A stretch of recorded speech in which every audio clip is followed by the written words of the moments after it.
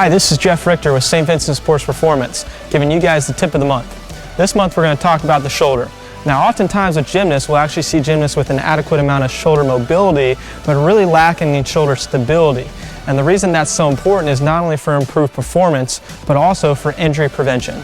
So it's really important that we actually train the shoulder not only to move well, but actually to be able to stabilize throughout that whole entire range of motion.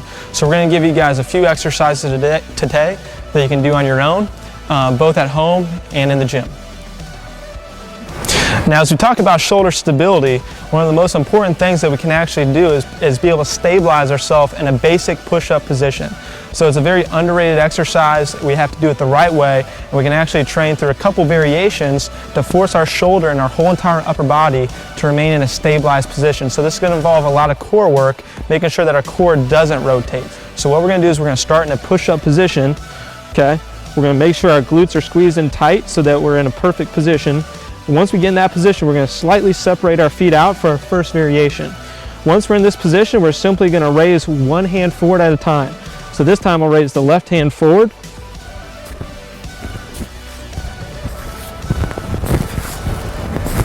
And then just alternate side to side. Now as we raise those opposite hands forward, you're going to notice that the opposite arm has to do a really good job forcing itself into a higher degree of stability, and the core has to do a lot better job of making sure that the hips are not rotating left and right, but that we're fully engaged with our whole entire body. So now that we can actually raise our arms forward in a dynamic movement position from the push-up hold, we can introduce a little bit more of a dynamic stabilization involving the shoulder. Now, when you're doing this exercise at home, you might say, well, I don't have a slide board. You can use a furniture slider, a paper plate. You can do it on the floor at home. You can do it at the gym. You might have to be a little creative to find something similar to this, but nevertheless, it still can be accomplished with everyday equipment. So what we're going to do for this exercise is we're going to start again in that push-up position here on the slide board, both hands on the board. Once I'm up in that push-up position, we're going to again separate the feet just slightly to the side. And then as I stabilize, I'm going to push my hand through the slide board and create circles. Now as you notice, when I'm in this position, a common compensation could be to rotate the hips out.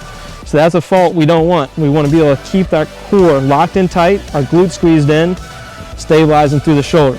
So as we're in that position, we're just creating those circles, forcing that shoulder right here to be able to stabilize and not completely slip out. We want to make sure that we do 30 seconds per arm.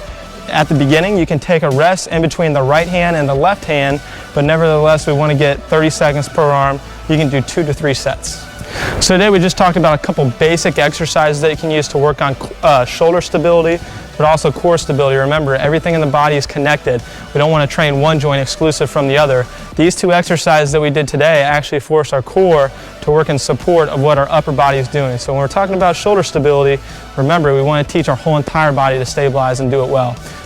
So this is the tip of the month. Hope you guys can take this, use it at home, and use it at the gym. Thanks for watching.